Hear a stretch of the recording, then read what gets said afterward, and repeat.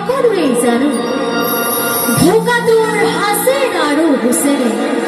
পেটৰ ভোকত থাকিব নোৱাৰি তেওঁ নিজৰ জেঠীমাই ঘৰত দাৱত খাবলৈ যাব বিচাৰিছিল অৱশেষত তেখেতৰ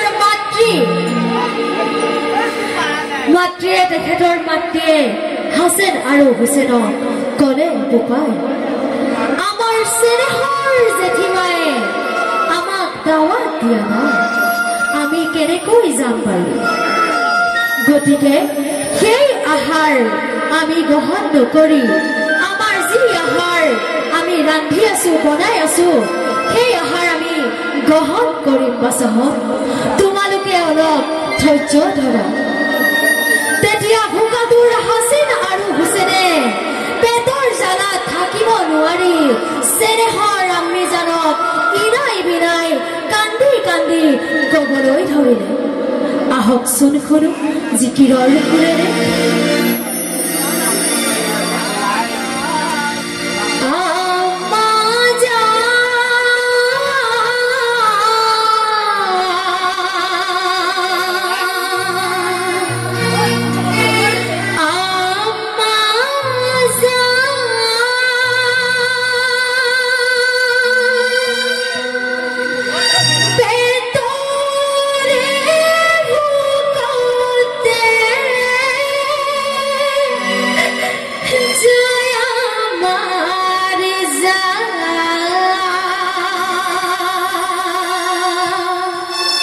যিহেতু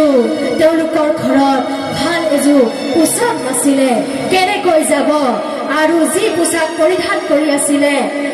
ঠিক একেদৰে সেই পোছাকযোৰে ভালদৰে পৰিষ্কাৰ কৰি আম্মীজানক ইনাই বিনাই কান্দি কান্দি ক'বলৈ ধৰিলে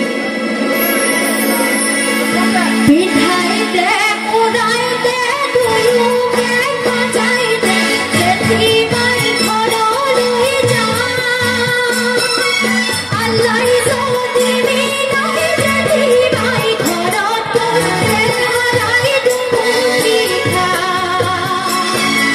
আল্লাই যদি মিলাই জেঠীমাই ঘৰত হেৰাই দুমুঠি খা আপা যা